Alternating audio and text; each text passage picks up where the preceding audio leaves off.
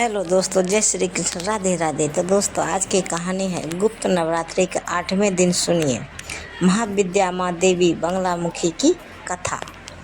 तो गुप्त नवरात्रि के 8वीं शक्ति बंगलामुखी है। बंगलामुखी की आराधना के साथ ही नवरात्रि पर्व के वे साधक व्रत समापन कर लेंगे जिनके यहाँ अष्टमी होती है। पुराणों कहा गया है कि गुप्त नवरात्रि 10 महाविद्याओं को समर्पित है। सार्वजनिक 2 नवरात्रि तो सभी करते हैं, लेकिन जो गुप्त नवरात्रि करता है उस पर देवी भगवती की विशेष कृपा होती है।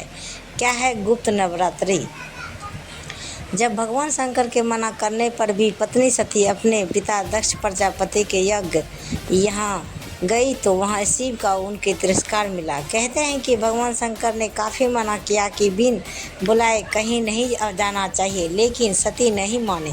सती ने क्रोधवश पहले काली शक्ति प्रकट की, फिर 10 दिशाओं में 10 शक्तियों प्रकट कर अपनी शक्ति की दिखा दी। आखिरकार भगवान शंकर को सती का हठ स्वीकार करना पड़ा।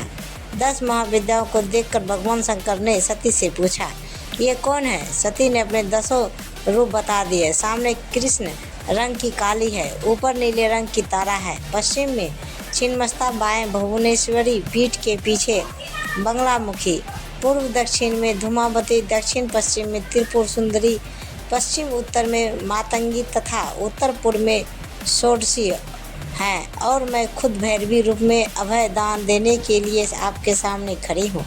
यह भी कहा जाता है कि भगवान शंकर ने सती का भस्मालीन होने पर 10 पीठों पर शक्ति पीठ की स्थापना की थी। यही 10 पीठ 10 महाविद्या कही गई। 10 महाविद्या काली, तारा, त्रिपुर सुंदरी, भुवनेश्वरी, छिन्नमस्ता, त्रिपुर भैरवी, धूमावती, बंगलामुखी, मातंगी और कमला। माघ मास के गुप्त नवरात्रि का महत्व।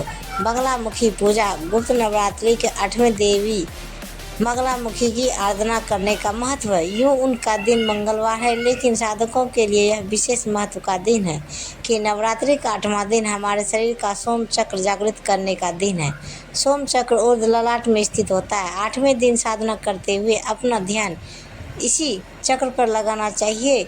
श्री महागौरी की आराधना से सोम चक्र जागृत हो जाता है और इस चक्र से संबंधित सभी शक्तियाँ श्रद्धालुओं को प्राप्त हो जाती है। माँ महागौरी के प्रसन्न होने पर भक्तों को सभी सुख स्वतः ही प्राप्त हो जाता है। साथ ही इनकी भक्ति से हमें मन की शांति भी मिलती है। अष्टमी तिथि को माता दुर्गा को नारियल का भोग लगाएं, इससे घर में सुख समृद्धि आती है। माँ बंगलामुखी। माता का बंगलामुखी की साधना युद्ध में विजय होने और शत्रुओं को नाश के लिए की जाती है।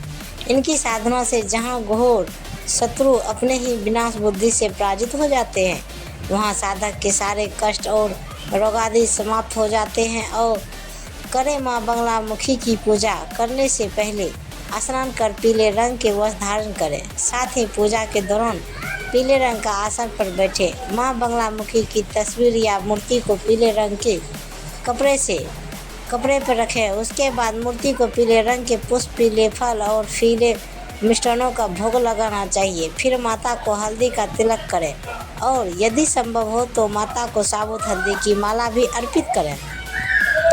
माता बंगलामुखी की पूजा करने वाले साधक सात्विक भोजन के साथ व्यवहार भी सात्विक रखना चाहिए। माना जाता है कि अगर कोई भक्त सच्चे मन और श्रद्धा से बंगलामुखी की इस विधि से पूजा करता है तो माँ बंगलामुखी जल्द भक्तों को मनोकामना पूरी करती है। तो संक्षिप्त कथा बंगलामुखी का सुनिए। सतयुग में एक भयंकर तूफान आया जिसने पूरी सृष्टि को तहस नहस करना शुरू कर दिया। इससे चिंतित होकर भगवान विष्णु ने माँ बंगलामुखी को प्रसन्न करने के लिए हरिद्रा सरोवर के तट पर कठोर तपस्या की। उनकी तपस्या से प्रसन्न होकर माँ बंगलामुखी हरिद्रा झील से प्रकट हुई और उन्होंने भगवान विष्णु को वरदान दिया।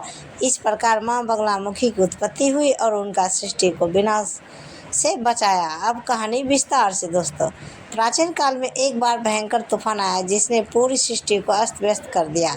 इस तूफान से सभी देवता, ऋषि मुनि और मानव जाति त्रस्त हो गए। इस विनाश से बचाने के लिए सभी देवताओं ने भगवान विष्णु से प्रार्थना की। भगवान विष्णु ने देवताओं को प्रार्थना सुनी और वे इस विनाश को रोकने के लिए एक उपाय खोजने लगे।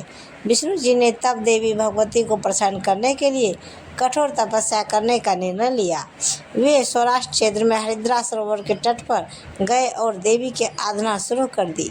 भगवान विष्णु की कठोर तपस्या से देवी बगलामुखी प्रसन्न हुई और उन्होंने भगवान विष्णु को दर्शन दिए। देवी ने भगवान विष्णु से उनकी इच्छा पूछी। भगवान विष्णु देवी ने सृष्टि को विनाश से बचाने की प्रार्थना की। देवी बगलामुखी ने भगवान विष्णु को वरदान दिया और कहा कि वे उनकी रक्षा करेगी। इसके बाद देवी बगलामुखी हरिद्रा झील से प्रकट हुई और उन्होंने अपने भक्तों को अभय दान दिया। इस प्रकार देवी बगलामुखी की उत्पत्ति हुई और उन्होंने सृष्टि को विनाश से बचाया। बगला देवी का महत्व। पंडित जी ने बताया कि गुप्त नवरात्रि के 8वें दिन माँ बगला देवी की पूजा करने का नियम है। माँ बगलामुखी को पीताम्बर और ब्रह्मास्त्र भी कहा जाता है। माँ बगला देवी की मुख से पीली आभा निकलती रहती है। इनकी पूजा में पीले रंग का विशेष महत्व है। माँ बगलामुखी को स्तंभन शक्ति की देवी माना जाता है। शास्त्रों में बताया गया है कि सौराष्ट्र में आए महातूफान को शांत करने के लिए भगवान विष्णु ने माँ बगलामुखी की तपस्या की थी। भगवान विष्णु के द्वारा की गई तपस्या के फलस्वरूप माँ बगलामुखी का प्रकट हुआ था। विशेष रूप से शत्रु और विरोधियों को परास्त करने तथा मुकदमे में जीत हासिल करने के लिए माँ बगलामुखी की उपासना अचूक मानी जाती है। माँ को पीले रंग का भोग लगाना चाहिए। देवी बगलामुखी को त्रिलोक स्तंभिनी भी कहा जाता है, जिसका अर्थ है कि यह तीनों लोगों को स्तंभित करने के लिए शक्ति रखती है। उन्हें पीताम्बर भी कहा जाता है क्योंकि वे पीले रंग के वस्त्र धारण करती है। माँ बगलामुखी की पूजा शत्रुओं पर विजय प्राप्त करने के लिए, मुकदमे में सफलता पाने और सभी प्रकार के भय से मुक्ति पाने के लिए की जाती है। तो दोस्तों, बगलामुखी आज के दिन का महत्व। नवरात्रि के 8वें दिन भक्त माँ बगलामुखी पूजा करते हैं और उनसे अपने शत्रु विजय प्राप्त करने के और अपने जीवन में सुख शांति लाने की प्रार्थना करते हैं। यह दिन विशेष रूप से उन लोगों के लिए महत्वपूर्ण है जो किसी भी प्रकार के संघर्ष या बाधा का सामना कर रहे हैं। 3 कन्याओं को भोज कराकर उन्हें व्रत का समापन करें।